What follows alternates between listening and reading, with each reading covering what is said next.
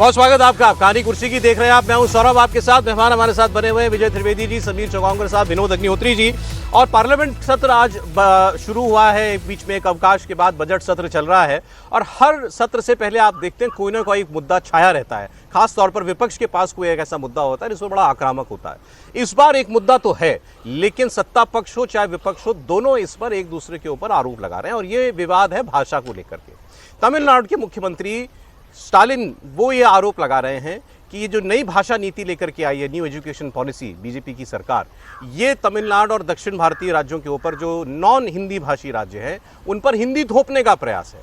New education policy में हर देश में, हर राज्य में स्कूल के बच्चों को 3 भाषाएं पढ़ाने का प्रावधान किया गया है। इसका विरोध कर रही है तमिलनाडु की मौजूदा सरकार और कह रही है कि हम 2 भाषा पढ़ाते हैं, तमिल और अंग्रेजी, और हम यही पढ़ाएंगे। आपके कहने पर हम जबरदस्ती अपने बच्चों को हिंदी नहीं पढ़ाएंगे, ये हमारी अस्मिता का सवाल है। इस पर जवाब दे रहे हैं केंद्र के शिक्षा मंत्री धर्मेंद्र प्रधान। आज हाउस में भी वो बोले और उन्होंने कहा कि इससे बड़ा असत्य कुछ नहीं हो सकता जो स्टालिन कह रहे हैं कि हम हिंदी थोपना चाहते हैं। हिंदी पढ़ाने की अनिवार्यता कहीं भी नहीं है नई एजुकेशन पॉलिसी में। केवल कोई तीसरी हिंदी, माफ कीजिएगा, हिंदुस्तानी भाषा, भारत की कोई भी भाषा पढ़ाने की बात कही गई है। इस पर वो झूठ बोलकर केवल राजनीति करना चाहते हैं क्योंकि चुनाव आने वाला है तमिलनाडु के अंदर। और बात सही है कि इस मुद्दे को अब जो राजनीतिक रंग दे दिया गया है, अब ये भाषा का इस्तेमाल पॉलिटिक्स में करने की कोशिश से ज्यादा और कुछ दिखाई नहीं दे रहा। आपको धर्मेंद्र प्रधान की आज जो हाउस में कही गई बात है वो सुननी चाहिए। They are dishonest. They are not committed to Tamil Nadu students. They are ruining the future of Tamil Nadu students.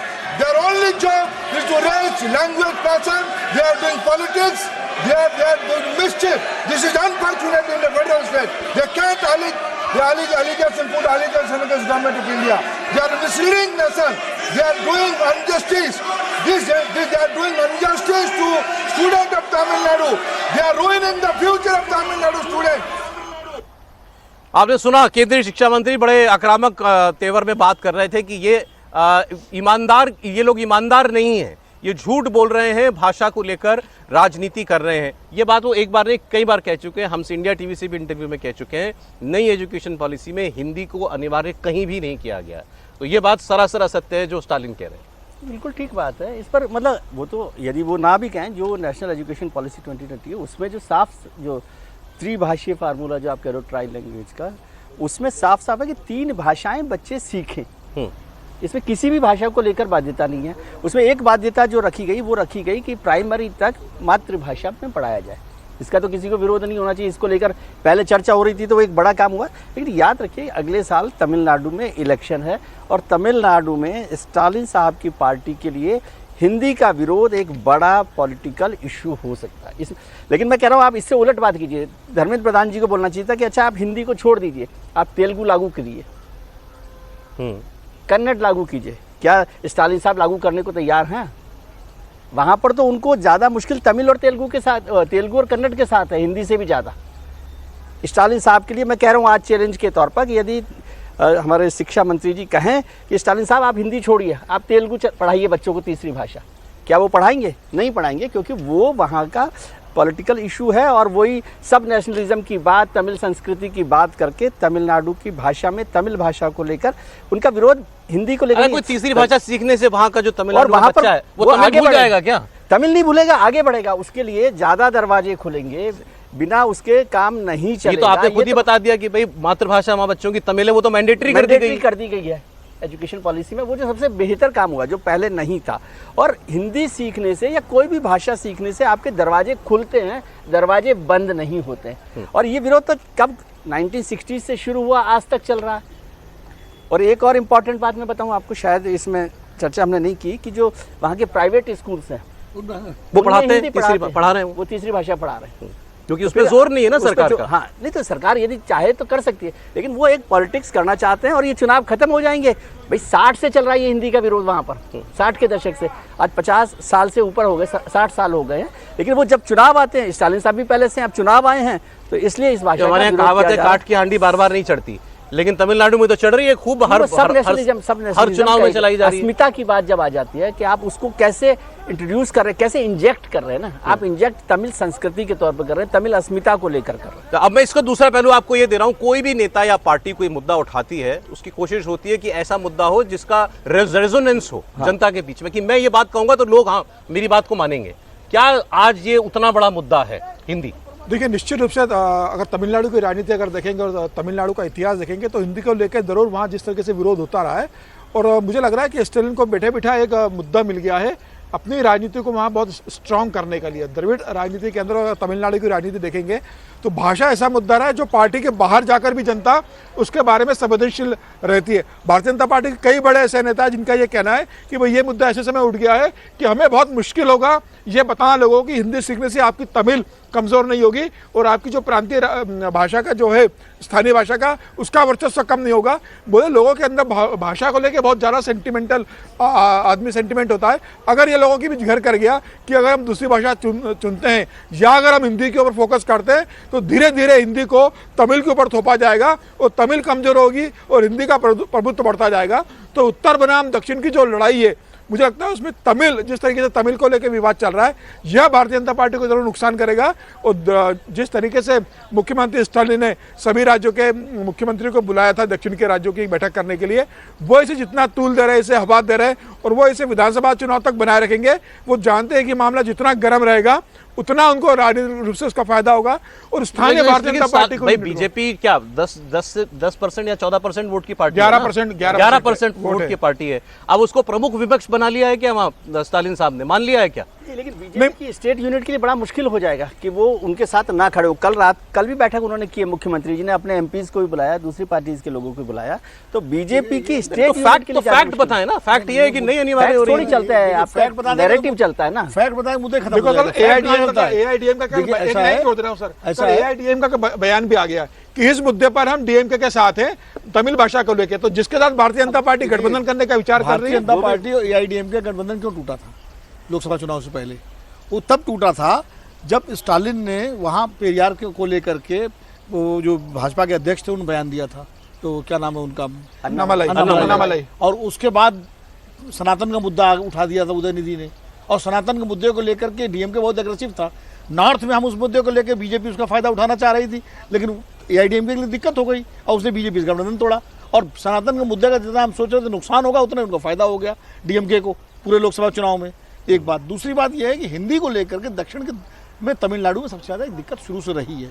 उनको लगता है कि ये उत्तर भारत का जो वर्चस्व है वो हिंदी के माध्यम से हमारे ऊपर आने की कोशिश है। हालांकि जितनी आपकी तमिल ये फिल्में हैं वो सारी हिंदी में डब हो करके और वो देश में जो है मार्केट करती हैं। और स्टालिन साहब से मैं एक बात कह दूं आपके प्रोग्राम के माध्यम से कि नरसिम्हा राव और नरेंद्र मोदी अगर ये हिंदी नहीं जानते तो देश के प्रधानमंत्री नहीं होते।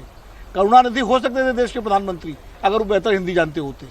तो हिंदी जानना उनके लिए भी बेहतर है अगर राजनीतिक मुद्दे से हट करके। लेकिन क्योंकि चुनाव है और विधानसभा चुनाव में दो मुद्दे उन्होंने पकड़े हैं, एक हिंदी एक डिलिमिटेशन, और दोनों को लेकर के वो बिल्कुल एग्रेसिव है। उनके एडवर्सरी इसमें सेंटर है और ये उनको ये मुद्दे उनको एक स्पेस दे रहे हैं। ठीक है, इसमें हिंदी को भी उन्होंने संस्कृत से जोड़ दिया कि संस्कृत है और संस्कृत को सनातन से जोड़ दिया। फॉल्ट लाइन क्या है? नॉर्थ बनाम साउथ ना, नॉर्थ बनाम साउथ, उसका फायदा उनको होता है। चलिए साहब, इसका जवाब अब बीजेपी कैसे देती है। महाराष्ट्र की बात करता हूं आपसे। औरंगजेब का विवाद अब और आगे बढ़ गया है और यहां से अगर ये बात आगे जाती है, जो मांग की जा रही है, तो इस देश भर में इसका असर हो सकता है। क्या खबर है कि मांग की जा रही है कि औरंगजेब की जो मज़ार बनी हुई है, जो कब्र बनी है, मकबरा जो बना, उसको हटाया जाए। अब ये मांग अभी क्योंकि विवाद हुआ, किसी ने तारीफ कर दी थी औरंगजेब की, उसके बाद खूब बयानबाजी दोनों तरफ से हुई, उस व्यक्ति पर मुकदमा भी करने की बात कही गई अबू आजमी के ऊपर, तो विवाद अब बढ़ गया। अब जो राइट विंग के लोग हैं वो खुलकर कह रहे हैं कि हटाइए आप, इसकी मज़ार की जरूरत क्या है, इसको यहाँ पर ये होना ही नहीं चाहिए यहाँ। अब ये बात लेकर के देवेंद्र फडणवीस के सामने पहुंचे प्रेस वाले की ऐसी मांग की जा रही है, तो उनका जवाब आपको सुनाता हूँ। और कांग्रेस पार्टी की तरफ से ये कहा गया कि हम पर अब आरोप ना लगाएं कि हमने औरंगजेब का कभी पक्ष लिया होगा। आपको सरकार, आपको जनता ने सत्ता दे दी है, पावर है, उठाइए कदम। छत्रपती उदयनराजे असं म्हणतात की ती जी औरंगजेबाची खबर आहे ती हटवली पाहिजे। साहेब, आम्हालाही प्रत्येकाला असंच वाटतं, फक्त काही गोष्टी कायद्याने कराव्या लागतात कारण ती संरक्षित आहे। जुन्या काँग्रेसच्या काळामध्ये ASIचं संरक्षण मिळालंय त्याला. महाराष्ट्र में 12.5 साल की सरकार हुई है. अभी तुम्हारा सेकंड टर्म के सीएम, अभी थर्ड टर्म के सीएम तुम बन रहे हो. मुझे लगता है कि आरोप प्रत्यारोप से नहीं चलेगा. आपको लोगों ने अधिकार दिया है तो अधिकार का पूरा उपयोग करें. कांग्रेस पे आरोप लगाना आप छोड़े. महाराष्ट्र की जो दुर्दशा आपने बनाई आप छोड़े. महाराष्ट्र की जो दुर्दशा आपने बनाई. अब इस पर मुख्यमंत्री जो हैं वो कह रहे हैं कि कांग्रेस के राज में इसको ASI मॉन्यूमेंट घोषित कर दिया गया था, इसलिए हम कुछ नहीं कर सकते. मांग उन्हीं के लोग कर रहे हैं, उन्हीं का सांसद मांग कर रहे हैं. और देवेंद्र फडणवीस ने यह भी कहा कि भाई कानून के दायरे में चीजें होती है, उसके लिए देखना पड़ेगा कि क्या हो सकता है. लेकिन ये पुराने समय से ऐसा है कि इसमें है. देखिए, देवेंद्र फडणवीस भी जानते हैं कि भले ही लोग इस बात की मांग करें, ये संभव नहीं है करना. न राज्य सरकार कर सकती है, न केंद्र सरकार के लिए संभव है. सुप्रीम कोर्ट का भी दखल होगा. अगर सरकार से निर्णय लेती है तो दूसरा सुप्रीम कोर्ट में जाएगा, सुप्रीम कोर्ट इसमें हस्तक्षेप करेगा. कोई सरकार स्मारक नहीं हटा सकती, कोई नहीं हटा सकती है, लेकिन करना फिर उसके लिए देवेंद्र फडणवीस ने जो कहा कि कानूनी विकल्प देखना पड़ेंगे. ऐसा नहीं होगा किसी ने मांग किया और हम कल जाकर उसको वहां से हटा दें. चूंकि यह केंद्र का मामला है, केंद्र के संस्कृति मंत्रालय इसको डिसाइड करेगा कि उसको उससे सूची से बाहर करना है. उसके बाद प्रदेश के पास प्रस्ताव आएगा, प्रदेश प्रस्ताव बनाकर भेजेगा और राज्य सरकार कैबिनेट में निर्णय लेगी. हाइपोथेटिकल सवाल, लंबी प्रोसेस है. हाइपोथेटिकल, अगर ये हो जाए, मान लें कल कोई काम करने के लिए बीजेपी की सरकार कोशिश करती है, तो इसका क्या असर होगा? असर बहुत ज़्यादा नहीं होगा जैसा हम सोच रहे हैं कि कोई बड़ा एक सांप्रदायिक ये इशू हो जाएगा. ऐसा नहीं है. औरंगजेब को देश में ज़्यादातर लोग खलनायक के तौर पर, विलन के तौर पर देखते हैं, आक्रमणकारी के तौर पर देखते हैं. लेकिन सरकार ऐसा फैसला मुझे लगता है तब ही करेगी जब अगले चुनाव में यदि कोई उनको इसका राजनीतिक फायदा लग रहा हो. यदि उसको ASI संरक्षण से भी हटाना है तो वैसे वो नहीं करेगी. मुझे नहीं लग रहा कि सरकार अभी इस तरह के झमेले में पड़ना चाहेगी. जैसे फडणवीस साहब ने कहा है, वो उन्होंने टाली दी. वो एक किस्म से तो पल्ला झाड़ दिया है. तो मुझे नहीं लग रहा कि इसमें कुछ होगा. लेकिन यदि कभी ऐसा फैसला हुआ तो कुछ हो जाएगा, ऐसा मुझे नहीं. कश्मीर से एक खबर आपको देता हूँ, दिलचस्प खबर है. और आप सोचिए कि हमारे यहाँ किन किन कौन सी बातें जो विवाद का कारण बन जाती हैं. गुलमर्ग, अभी वहाँ बर्फ पड़ रही है, गुलमर्ग बर्फ से ढका हुआ है और वहाँ एक होटल के प्रेमाइसिस के अंदर एक फैशन शो आयोजित किया गया. अब फैशन शो में जिस किस्म के कपड़े, ड्रेसेस, लिबास पहने हुए थे लोगों ने, इस पर कुछ लोगों ने आपत्ति की कि भाई ये बहुत संस्कारी टाइप का फैशन शो नहीं था. अब रमज़ान चल रहे हैं, कश्मीर मुस्लिम मेजॉरिटी स्टेट है, मामला उठ गया, विवाद हो गया कि आपने ऐसे वक्त में इस आयोजन की इजाज़त कैसे दे दी. मुख्यमंत्री को जवाब देना पड़ रहा है, वो भी असेंबली के अंदर. अब कुछ लोग ये भी कह रहे हैं कि जिस होटल में ये फैशन शो आयोजित किया गया वो मुख्यमंत्री के किसी जान पहचान वाले का है, करीबी का है. कोई कहा जा रहा है भाई आपको ना मालूम है, ऐसा कैसे हो सकता है. और ये बात बीजेपी के जो क्योंकि नेता विपक्ष हैं वो इस बात को उठा रहे हैं. तो ये जो कुछ कम कपड़ों में कुछ जो किया गया वहाँ फैशन शो, इस पर एतराज़ हो गया है. बात सुनिए आप. हुकूमत से कोई पैसे नहीं लिए गए, सरकारी इंफ्रास्ट्रक्चर कोई इस्तेमाल नहीं हुआ और सारे सरकारी अफसर इसमें थे नहीं.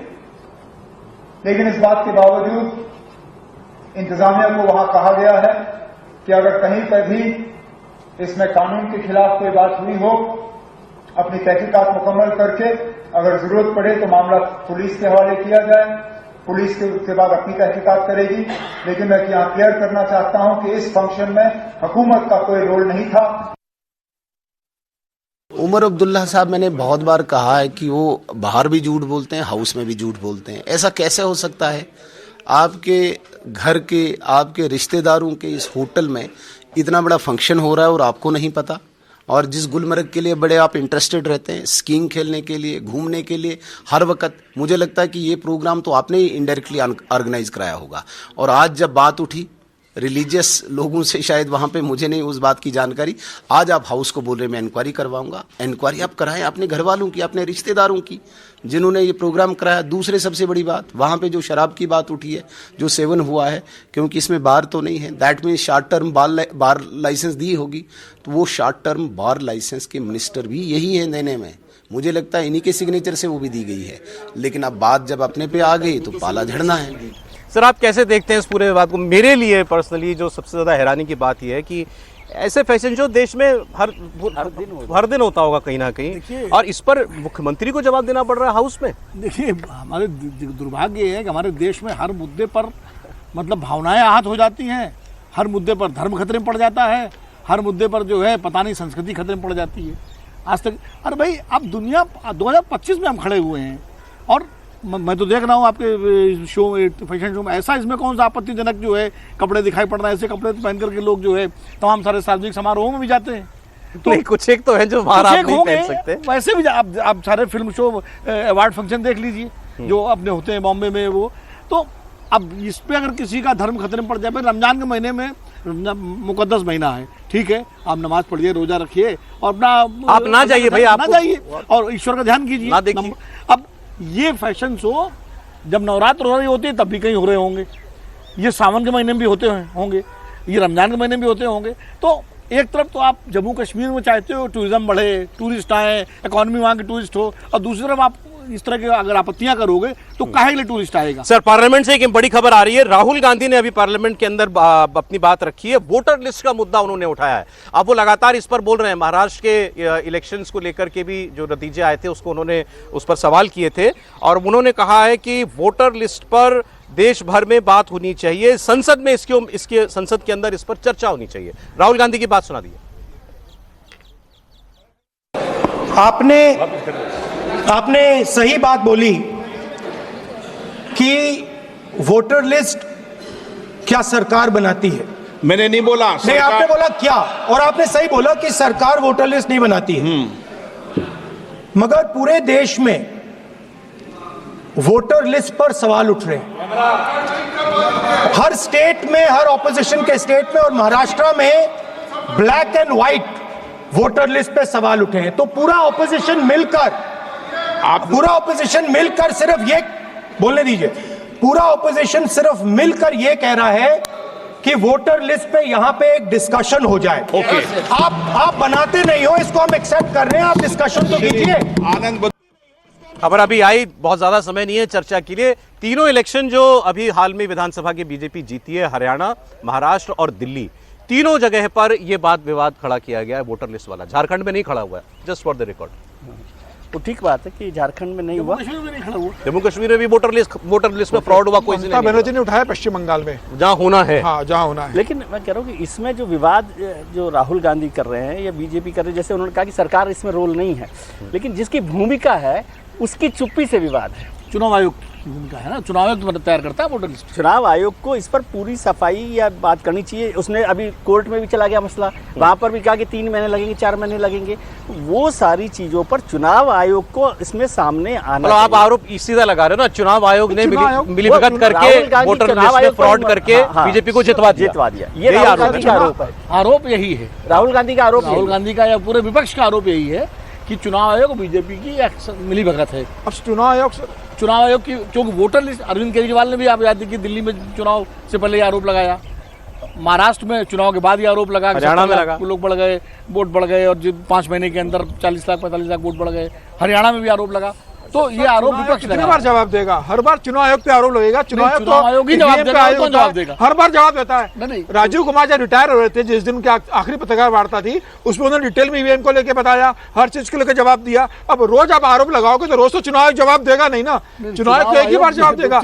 ईवीएम को लेकर भी चुनाव आयोग ने एक बार जवाब दिया। वही है जो इसके लिए जवाबदेह है। चुनाव आयोग ऐसा जवाब दे जो जवाब क्रेडिबल हो। अब नहीं, इसको भी जवाब दे दिया है ना सर, ईवीएम के ऊपर। मैं इससे सहमत हूँ, वंस फॉर ऑल नहीं हो सकता ये, वंस फॉर ऑल नहीं हो जब भी होगा तब भी जवाब देना पड़ेगा, हर चुनाव में होगा। ये नहीं कि वंस फॉर ऑल नहीं हो सकता। आप पर अगर कोई नया आरोप लगेगा तो जवाब देना पड़ेगा, लेकिन अगर आप जवाब वो सुनना वही चाहते हैं जो मुझे स्वीकार है, तो फिर कैसे बात करेंगे? वो बात नहीं है, वो बात ठीक है आपकी, लेकिन जवाब तो देना पड़ेगा ना। आप ये नहीं कह सकते कि आपको पिछली बार दे दिया। बिल्कुल देना पड़ेगा, हर चुनाव में, हर कॉन्स्टिट्यूंसी में, हर पोलिंग बूथ पर आपको ईवीएम पे जवाब दिया, लेकिन हर चुनाव के बाद ये कहोगे कि ईवीएम हैक हो जाती है, ईवीएम मैनेज होता है। तो हर चुनाव में एक ही विषय पर बार-बार आप सवाल उठाते हो। चुनाव आयोग इसका जवाब नहीं दे सका कि वोट काउंट और वोट पोल में फर्क क्या है। सुप्रीम कोर्ट गए ना, सुप्रीम कोर्ट ने जो किया सुप्रीम कोर्ट ने आदेश दिया ना कि आप जांच काउंट और वोट पोल में क्यों फर्क है। ये तो बड़ा मुद्दा है ना। चलिए, तो हाउस में भी खैर अब ये मामला उठ गया। बहुत शुक्रिया सर, कानी कुर्सी की में यहाँ हमारे विजय चौक से स्पेशल शो में शामिल होने के लिए। विनोद जी, विजय जी, समीर जी, बहुत धन्यवाद। कल फिर मुलाकात होती है आपसे।